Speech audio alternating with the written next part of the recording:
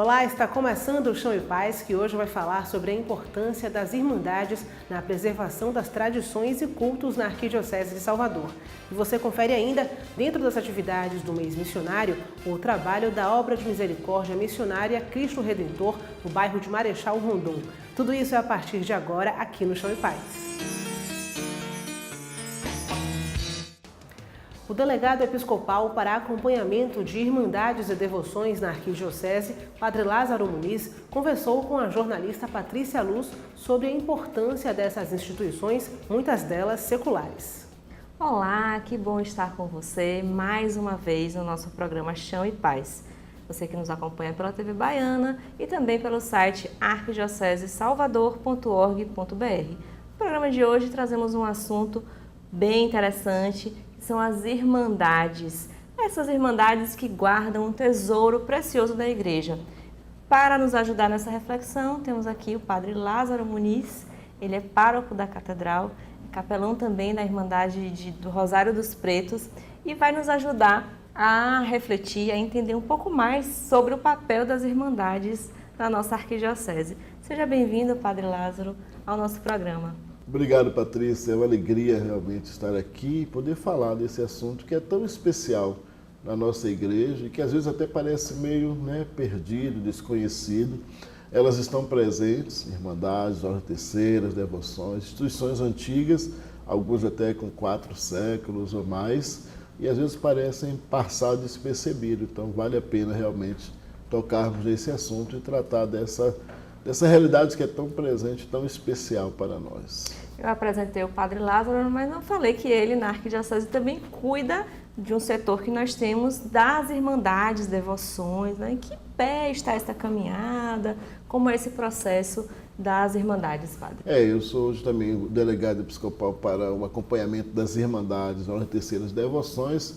Constituímos uma comissão chamada da COID, que é a Comissão Arquidiocesana de Irmandades e Devoções, que tem esse papel de articulação. Não é uma comissão necessariamente para a estrutura de poder, porque cada irmandade tem a sua estrutura e responde diretamente ao arcebispo, mas eu sou nomeado como delegado somente para fazer essa intermediação e alguns aspectos eu mesmo posso resolver, os outros são levados diretamente ao arcebispo como responsável direto da nossa arquidiocese, é a ele mesmo que cada entidade tem que responder. É uma articulação interessante porque não tínhamos nenhum aspecto nesse sentido. Todas as irmandades trabalhavam sempre sozinhas, isoladas.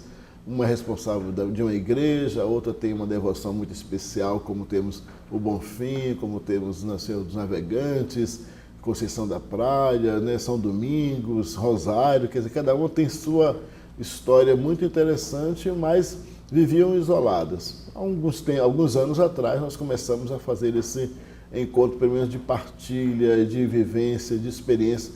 Nasceu, na verdade, do trabalho com a procissão de Corpus Christi, onde as irmandades têm uma presença muito interessante. E aí nós fomos reunindo para preparar Corpus Christi e pensamos também, por que não criar uma comissão que haja uma articulação cada vez mais direta. A perspectiva hoje é fazer dessa articulação um trabalho mais organizado. Agora já temos um setor chamado, um escritório para essa comissão, onde vai ter a catalogação de todas as irmandades, aquilo que elas possuem, arquivos, as coisas todas, para que a gente crie uma espécie de uma história. Cada uma tem também os seus documentos, mas nós teremos esses documentos também agora dentro mesmo do setor da arquidiocese, para guardar, e quem sabe gerar também até mesmo um banco de dados com tudo isso, de irmãos, para perceber quantos já passaram. Até grandes figuras históricas já passaram por nossas irmandades e até a gente nem tem conhecimento.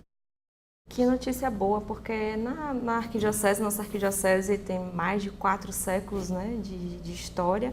A primeira do Brasil, a gente sempre brinca com isso, da nossa CEFRE Marcial, e daqui saíram todas as outras dioceses. Então nós temos uma riqueza histórica, um patrimônio cultural, artístico, e uma grande parte desse patrimônio está na mão dessas irmandades. Então é uma alegria saber que existe uma comissão cuidando desse patrimônio e fazendo uma caminhada para que isso também possa estar acessível a toda a sociedade. Nós estamos tentando desenvolver, nessa linha, 13 pequenos, não posso dizer grandes, mas pequenos projetos.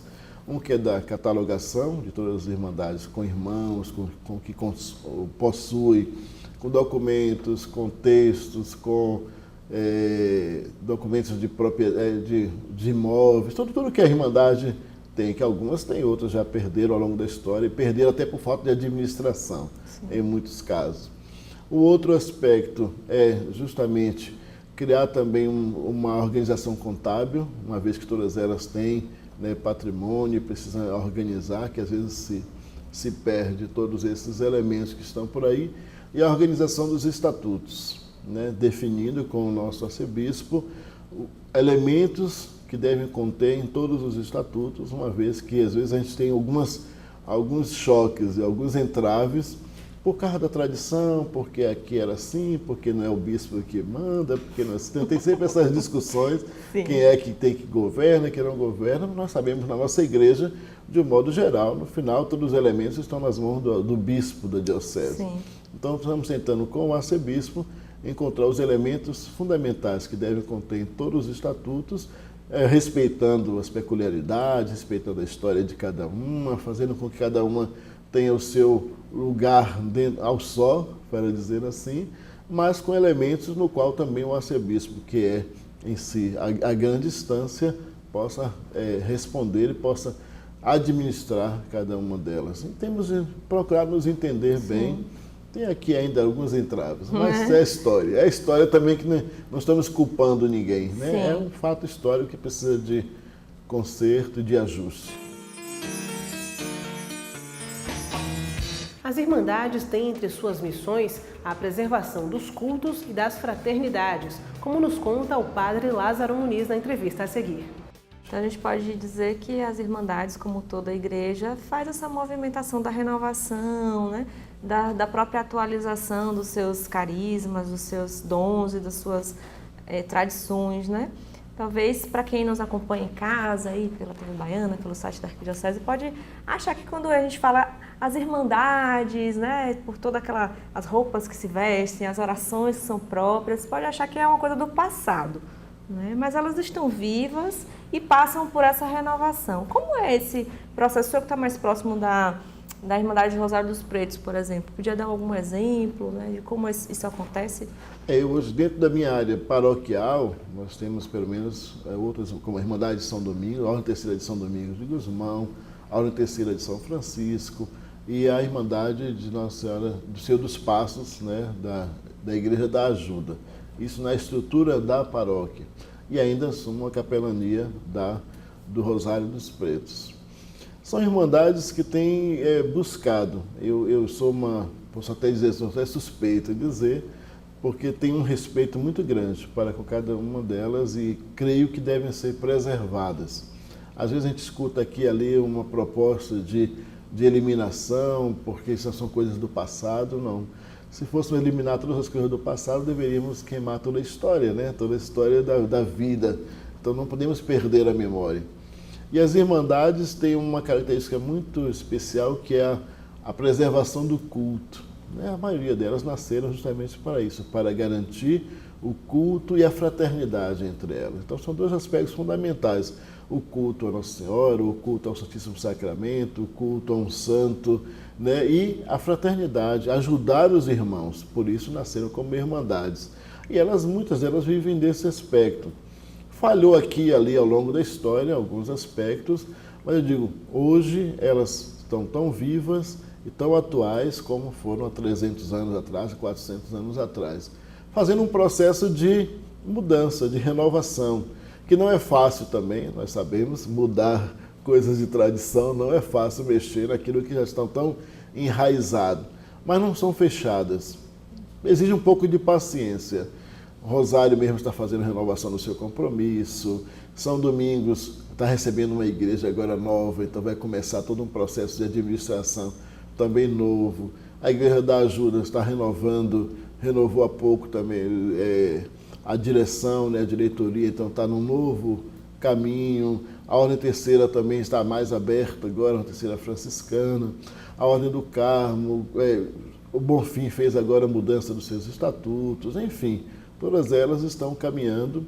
E é bom dizer, claro, a todos os nossos irmãos, os nossos telespectadores, o fato de que a Irmandade, a Ordem Terceira, a Devoção, elas nasceram como forma de congregação dos leigos na igreja, né? De dar aos leigos um caminho para viver de forma mais profunda a fé. Quer dizer, não nasceu simplesmente para uma brincadeira, porque não se tinha o que fazer. Era a forma de evangelização. E deve ser preservado também conforme a evangelização que se renova ao longo da história. Isso é importante. E eu acredito que a manutenção, né, a existência das Irmandades ao longo dos séculos também mostra para a gente esse retalho que é, essa coxa de retalho que é a própria igreja, né? Então, é o quanto a igreja também respeita aquilo que é a particularidade de cada um. Então, a devoção, a espiritualidade, o carisma, que cada um se identifica. Uns têm mais aproximação com a renovação carismática, outros têm mais aproximação com um grupo de jovens A, B ou C, ou com aquela devoção. Eu acho que isso também é um exercício de respeito, né, e de diversidade dentro da própria igreja. E o interessante é que é uma diversidade que mesmo alguém que hoje é da Ordem Terceira de São Francisco pode pertencer também ao apostolado, à Legião de Maria e a outra irmandade, né? Alguém que é do Rosário e participa da renovação carismática ou pertence a uma outra irmandade. Então, as irmandades não são fechadas, nasceram como um carisma especial, tem que ser valorizado como os outros movimentos que estão aí na igreja, e cada um responde a um apelo, a um tempo, né? Então não podemos dizer agora, joga fora porque já não serve mais. Respondeu naquele momento, agora procura um processo de renovação, porque também tem uma história a ser preservada. Sim. A maioria das irmandades tem igrejas, a cuidar são patrimônios históricos. Sim. Muito belos, né? No Sim. Centro histórico está aí todo. Muitos delas têm grandes imóveis, são detentoras de grandes coisas e também tem uma trajetória bonita que deve ser preservada, sobretudo na dimensão do culto e da fraternidade. Isso é importante. Maravilha. Quero agradecer, Padre Lázaro, pela participação, pela presença e também pelo apoio de sempre aqui à Pastoral da Comunicação. É um bate-papo muito legal. A gente, com certeza, vai poder conversar mais vezes sobre as Irmandades, as Ordens Terceiras e seus carismas na nossa arquidiocese. Muito obrigada, Padre. Eu que agradeço. Um grande abraço a todos.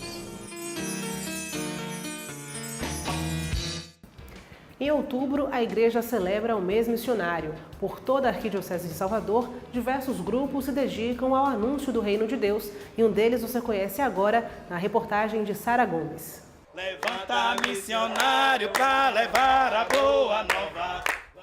Evangelizar de porta em porta faz parte da vida dos missionários da obra de misericórdia missionária Cristo Redentor. Atuante há 13 anos na paróquia São Lucas Evangelista, em Marechal Rondon, o grupo já é conhecido pelos moradores do bairro pela alegria em anunciar o Evangelho. O missionário é uma grande esperança, é uma grande luz diante do Evangelho, porque Deus confia no missionário, que ele é itinerante, ele vai ao caminho do Senhor, ele ouve a população, escuta os seus clamores, suas dores, suas angústias. Glória ao Pai, ao Filho e ao Espírito Santo, como era no princípio, agora e sempre. Amém. Antes de irem às ruas, os missionários se preparam com momentos de formação e oração na pequena capela Santa Teresinha do Menino Jesus, localizada na Casa de Missão. No local, além dos missionários, os fiéis participam de missas semanais, adoração ao Santíssimo Sacramento e formações para adultos que desejam receber os sacramentos de iniciação à vida cristã. No nosso dia a dia, nós temos as visitações aqui mesmo na paróquia, né, de São Lucas Evangelista, aqui no qual o Padre Rosalvo é o pároco, e nós ajudamos em termos de celebrações, em termos de reabertura também de comunidade, porque aqui nós temos 3, ou 4 comunidades fechadas. Já conseguimos reabrir 2, na Lígia Maria e no Osório, claro, com a ajuda da paróquia, juntamente com o pároco. E assim, nós pretendemos também abrir outras comunidades que estão fechadas e procuramos também ajudar na formação catequética, na formação missionária. Glória ao Pai, ao Filho e ao Espírito Santo. é o desejo de agir pelo próximo e também de colocar em prática os valores do Evangelho que atraem homens e mulheres para o serviço missionário. Eles partem de livre vontade e respondem ainda aos chamados de outras paróquias que desejam a realização das Santas Missões Populares. Durante as Santas Missões Populares, nós nos organizamos para aquela paróquia, 3 meses antes. Nós damos a formação, depois dessa formação tem a pré-missão, depois a missão e pós-missão, Se deixa um trabalho para isso. Foi uma transformação como homem na sociedade, digno, que eu não era antes de ser missionário e ser da igreja, e uma renovação também que eu era totalmente disperso das coisas de Deus, que eu fiz a primeira comunhão com 22 anos, e foi através, como já falei, com o diácono Sérgio, que eu fui recendendo. Ser missionário exige dedicação e olhar fixo em Jesus. Por onde passam, eles encontram inúmeros desafios, como nos conta o diácono Sérgio. O principal desafio é o flagelo da fome, e a cultura de morte, é o que nós encontramos no meio da juventude. E aí o lançamento das drogas, cada dia é uma coisa nova, onde nós já fomos em lugares que as pessoas estão armadas, jovens armados, e além de parar para conversar, para tentar, pelo menos, deixar a gente realizar o trabalho de visitação. Apesar das dificuldades encontradas, muitos frutos são colhidos, como o retorno dos fiéis à igreja e também o gesto concreto da igreja em saída, como pede o Papa Francisco. O que a senhora sente quando a senhora recebe o grupo missionário? Muita alegria, muita felicidade, porque, acima de tudo, eles estão mostrando a palavra de Deus. Ele nos oferece a alegria da palavra de Deus, do amor de Deus. Muito prazer quando ela está aberta, que eu vou para aquela igrejinha ali. Graças a Deus, quando eu vou para ali, no dia que eu vejo ali, se eu pudesse, você estava aberto de dia à noite para eu estar lá. Eu gosto muito daquela igreja. Foi uma bênção que Jesus botou aqui na minha rua. E não nos deixeis cair em tentação, mas livrai-nos do mal. Amém. Em nome do Pai, do Filho, do Espírito Santo. Amém. O Chão e Paz fica por aqui. Obrigada pela companhia ao longo de toda esta edição. Para falar com a nossa equipe, o e-mail você já sabe, chãoepaz@arquidiocesesalvador.org.br. E para rever esta e outras edições do programa, é só acessar a nossa página www.arquidiocesesalvador.org.br e lá você também encontra todas as informações sobre a nossa igreja. Para você, uma ótima semana. Fique com Deus e até o próximo Chão e Paz.